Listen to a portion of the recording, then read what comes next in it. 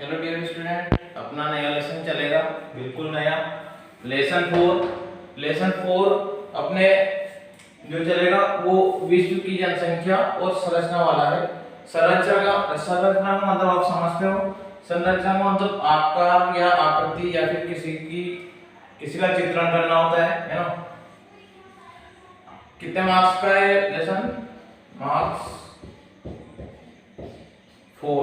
4 number का lesson है। और लेसन का नाम है अपना विश्व की जनसंख्या संरचना।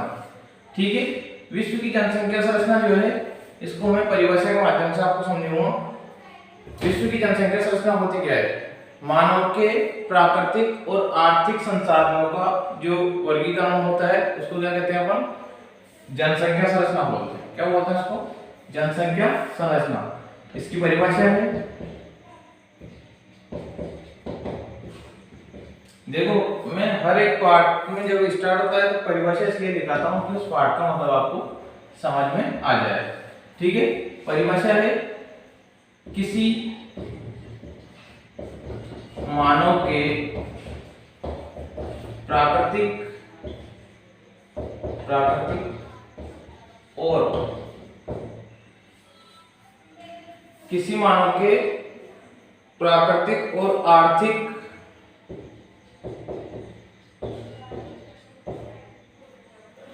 संसाधनों का वर्गीकरण करना क्या कहलाता है? जनसंख्या संरचना कहलाता है।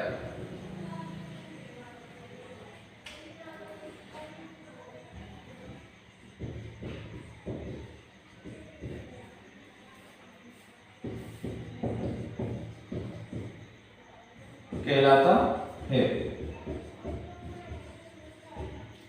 जनसंख्या संरचना जो है उसके परिभाषा दे रखी है किसी मानव के प्राकृतिक और आर्थिक संसाधनों का क्या वर्गीकरण करना जनसंख्या संरचना कहलाता है। अब देखो जनसंख्या संरचना जो है उसकी जो संरचना है जनसंख्या की वो भी अनेक प्रकार की है। मतलब कुल 5 भागों में इसको बांटा गया है। इसके बाद कितने हैं? 5। ठीक है, जनसंख्या संरचना को कितने भागों में बांटा गया है? 5। जनसंख्या संरचना को 5 भागों में बांटा गया है।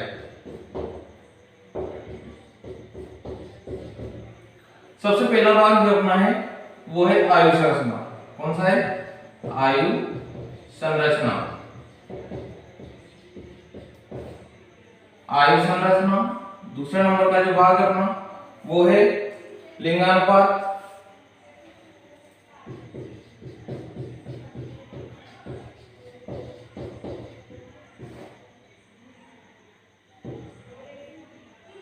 तीसरे नंबर का जो भाग है इसका वो है जनसंख्या संगठन। जनसंख्या संगठन।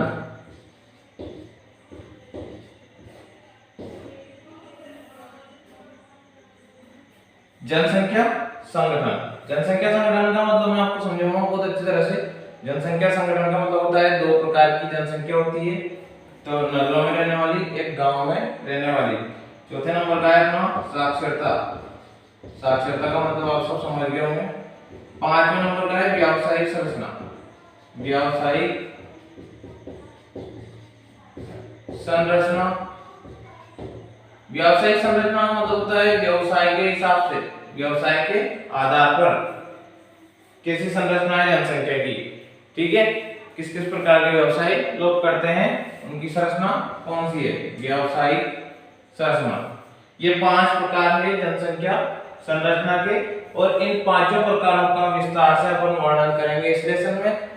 ये जैसे कि अपन इन 5 प्रकारों का विस्तार से वर्णन कर लेंगे तो ये लेसन अपना कंप्लीट हो जाएगा। ठीक है, परीक्षा में 2 छोटे-छोटे क्वेश्चन आते हैं 1-1 नंबर वाले। इन 5 में से क्या पूछा जाता है? डेफिनेशन पूछी जाती है कि जैसे साक्षरता किसे कहते हैं, या फिर लिंगानुपात किसे कहते हैं, या फिर आयु संरचना किसे कहते हैं, केवल परिभाषा। ठीक है, अब देखते हैं इसको आगे। सबसे पहला जो टॉपिक अपना वो आयु संरचना वाला रहेगा। इसमें सबसे पहला टॉपिक कौन सा रहेगा, आयु संरचना। आयु संरचना भी आपको ऐसे पढ़ने में लग रहा होगा कि ये उम्र के ऊपर है ना, बिल्कुल उम्र से संबंधित ही है।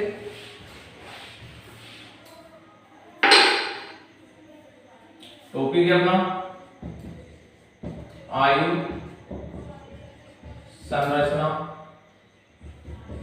एज स्ट्रक्चर भी बोल सकते हो आप इसको, एज स्ट्रक्चर।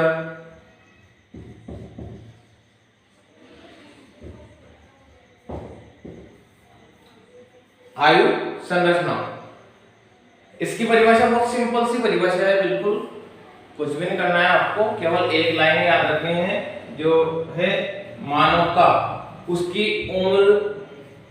उम्र से कार्य के आधार पर, कार्य के आधार पर, कार्य के आधार पर मानव की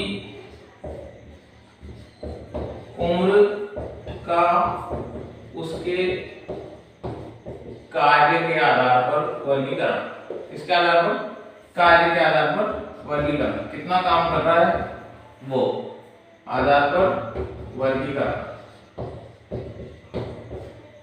देखो, मानव की उम्र का उसके कार्य के आधार पर वर्गीकरण, सबसे ज्यादा फोकस आपको यहाँ पे करना है।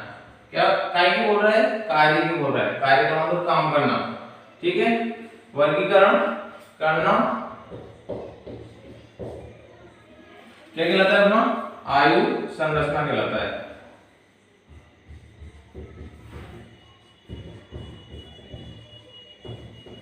आयु संरचना कहलाता है।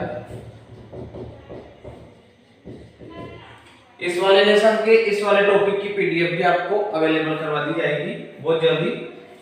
जैसे इसको मैं अपलोड करता हूं, जैसे आप इस वीडियो को अपने ऐप में देखोगे उसी दिन इसमें पीडीएफ भी आपको मिल जाएगी। ठीक है, आयु संरचना की परिभाषा मैंने लिख दी, मानव की उम्र का उसके कार्य के आधार पर वर्गीकरण करना क्या कहलाता है, आयु संरचना कहलाता है। उम्र के आधार पर, कार्य के आधार पर उम्र, उम्र भी ध्यान रखना है इसमें। उम्र, मनुष्य जब बच्चे होते हैं, छोटे होते हैं तो कम काम करते हैं, और बड़े होते हैं वो अधिक काम करते हैं। ठीक है, ऐसे भी। और एक तरीका ये भी है कि जैसे 25 साल का कोई व्यक्ति है, एक और 25 साल का कोई व्यक्ति है, एक और 25 साल का कोई व्यक्ति है। ठीक है, 3 व्यक्ति है।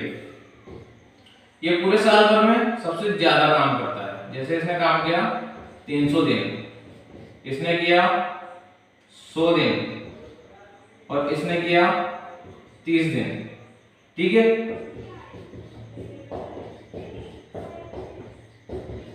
इसको क्या बोलोगे आप, सबसे मेन है ना, सबसे ज्यादा काम करने वाला है, मेन है, मुख्य श्रमिक। क्या बोलेंगे इसको, मुख्य श्रमिक बोलेंगे। ये व्यावसायिक श्रमिक नाम पढ़ाने वाला हूं आपको, जो अपना 5वां टॉपिक जो है उसमें। दूसरे नंबर का है 100 दिन काम करने वाला जो श्रमिक होता है, इसको बोलेंगे मध्यम वर्ग का श्रमिक, बीच में आता है इसलिए, या फिर सीमांत श्रमिक बोलते हैं। सीमा के पास पहुंच गया है, बिल्कुल सीमांत श्रमिक। और तीसरा नंबर का श्रमिक, ये श्रमिक होता ही नहीं है क्योंकि ये आलसी व्यक्ति होता है। देखो, काम कितने दिन किया इसने, 30 दिन। कितने दिनों में से, 365 दिनों में से। ठीक है ना, तो 365 दिनों में से केवल 30 दिन इसने काम किया, तो इसको बोलते हैं अन्य श्रमिक, अन्य श्रमिक या अश्रमिक। क्या बोलेंगे इसको, अन्य श्रमिक या अश्रमिक बोलेंगे। ठीक है, अभी आयु संरचना अपनी चल रही है, और आयु संरचना का जो स्ट्रक्चर था या परिभाषा थी, मैंने आपको पूरी कंप्लीट बता दी। इसको लिख लो आप।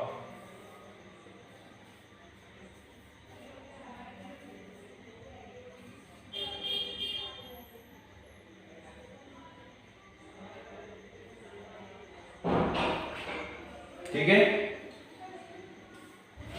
आगे चलते हैं हम। आयु संरचना का भी वर्गीकरण, आयु संरचना का भी वर्गीकरण है। मैं आपको बोल रहा हूं उम्र के आधार पर कार्य करना। अब देखो, उम्र के आधार पर व्यक्ति कैसे काम करता है। ये तो एक ही उम्र के बताए थे सारे मैंने, ठीक है ना। ये इसका मतलब होता है व्यवसाय, एक ही व्यक्ति जो है उसके अंदर एक जैसे व्यवसाय हो और वो अलग अलग दिन काम करता है तो वो व्यावसायिक संरचना में पहुंच जाता है वो, ठीक है। अब आयु संरचना का क्या करना है हमको, वर्गीकरण। आयु संरचना का वर्गीकरण, ठीक है। आयु संरचना का वर्गीकरण, ठीक है। इसमें कितने प्रकारों से किया गया है, 3 प्रकारों से, ठीक है। पहला, दूसरा, तीसरा। सबसे फर्स्ट नंबर का जो वर्गीकरण है वो फर्स्ट नंबर का जो पार्टीशन वो है अपना बाल वर्ग। वो सारे बच्चे होते हैं छोटे छोटे 0 से 14 वर्ष, 0 से 14 वर्ष। जैसे 10-12 वर्ष का बच्चा है वो एक चाय की दुकान पे काम करता है तो उसको बाल श्रमिक बोलते हैं। क्या बोलते हैं, बाल श्रमिक। लेकिन ये वास्तव में होता क्या है, आश्रित जनसंख्या के अंतर्गत आता है। इसके माता पिता कमाएंगे और इसको खिलाएंगे, ठीक है। आश्रित जनसंख्या कौन सी जनसंख्या में आता है, आश्रित जनसंख्या में आता है। दूसरे नंबर का है, इसको बोलते हैं प्रौढ़ वर्ग। प्रौढ़ वर्ग, प्रौढ़ या युवा वर्ग, इसमें आपको समझ में आ जाएगा युवा वर्ग में, ठीक है ना। 15 से 59 वर्ष तक का जो व्यक्ति होता है, 15 से 59 वर्ष तक का जो व्यक्ति होता है वो कार्यशील जनसंख्या में आता है, क्योंकि सबसे ज्यादा काम यही करता है इसलिए, ठीक है ना। ये कमा कमा के इन बच्चों को खिलाता है, कार्यशील जनसंख्या। थर्ड नंबर का जो है वृद्ध वर्ग आता है, वृद्ध वर्ग। देखो वृद्ध वर्ग के जो लोग होते हैं ये कमाते हैं क्या, कमाते हैं कि कमाते हैं, बिल्कुल कमाते हैं। लेकिन कहाँ कमाते हैं पता है, डेवलप कंट्री में, विकसित देशों में वृद्ध लोग भी अपने जैसा काम ढूंढ लेते हैं। जैसे वृद्ध हो गए तो कम काम कर सकते हैं तो पार्ट टाइम काम करते हैं। पर विकासशील देशों में और पिछड़े देशों में ऐसा नहीं होता है, 60 से अधिक, ठीक है ना। इनकी उम्र क्या होती है, 60 से अधिक, रिटायरमेंट के बाद। ये भी आश्रित जनसंख्या में आ जाता है भारत में। कौन सी जनसंख्या में आते हैं, आश्रित जनसंख्या। ये वर्गीकरण है आयु संरचना का। 3 भागों में इसको बांटा गया है। आयु संरचना को कितने भागों में बांटा गया है, 3 भागों में। बाल वर्ग, प्रौढ़ वर्ग, युवा वर्ग और वृद्ध वर्ग, ठीक है। ये तीनों पार्टीशन आपको याद रखने हैं। उम्र के आधार पर भी याद रखना है इसको। 0 से 14 वर्ष में कौन सा वर्ग आता है, बाल वर्ग। आयु वर्ग, युवा वर्ग जो होता है वो 15 से 59 वर्ष में आता है। और वृद्ध वर्ग के जो लोग होते हैं उनको 60 से अधिक वाली उम्र में अपन शामिल करते हैं। और सबसे इंपॉर्टेंट है कार्यशील जनसंख्या की। अगर आपसे परिभाषा पूछ ले तो कार्यशील जनसंख्या की परिभाषा क्या है, 15 से 59 वर्ष के जितने भी लोग हैं वो सभी कार्यशील जनसंख्या के अंतर्गत आते हैं। इतनी सीधी परिभाषा है। आश्रित जनसंख्या, बाल वर्ग और वृद्ध वर्ग ये दोनों किस पर निर्भर करेंगे, कार्यशील जनसंख्या पर निर्भर करेंगे, ठीक है। तो ये आयु संरचना का वर्गीकरण है, इसको भी आप लिख लीजिएगा और इसको याद भी रखना है, बहुत इंपॉर्टेंट है। इसमें से प्रश्न बनता है अपने बिल्कुल। इसके बाद एक के बारे में हम पढ़ लेंगे। सबसे पहले बाल वर्ग के बारे में पढ़ेंगे, फिर प्रौढ़ वर्ग के बारे में, फिर वृद्ध वर्ग के बारे में, ठीक है। बस, धन्यवाद, थैंक यू।